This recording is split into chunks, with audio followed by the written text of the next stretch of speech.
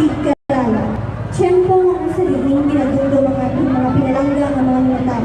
Tiyon man nga sinahatagan respeto paagi sa pagbisita o paghalang sangkaan kabulang kagpakawi na binagin pangamuyo o tatawhayan sila. Kapag sumasami, pigkarala at tiyon man sa pagtulungan sa mga kinatukan ng malalagway ng asunod sa aswang balang tayo, why naging ang sa dining may pagtalan ng nga abala may mga malaing na nila. Ano lang gusto niya ay pagkakalagin ng kabuhin sa lupa. Ano wala ang pwede humulong para sa ila kalina. Ang tanan ng mga matanhaga ang hikabo, hindi masabat lamang upang malitawan paagi sa sampat kawalay duwa-duwa ng pagtulog sa atong mahal na tao. Ang pagpangamuyo makahatagid sa makuang kauhayan sa pakalan. Dali, inyo saksihan ang pagpakita sa mga kinagsari na talento o kung kinaadman sa mga panatan-on na nagiyan sa barangay Purong 3.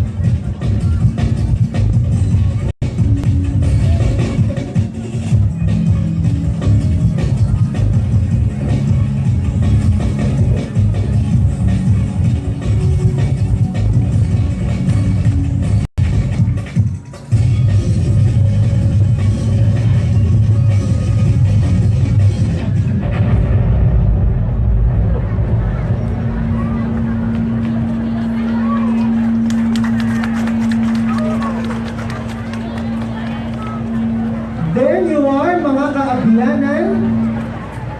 That was competing group number 4 of Barangay Purok 3. Madaming salamat ng mga participants. Partner, nakita mo to, no? Mga kabataan. Di ka na natin makita na ang participation hindi lang sa may mga edad or 14 agers only.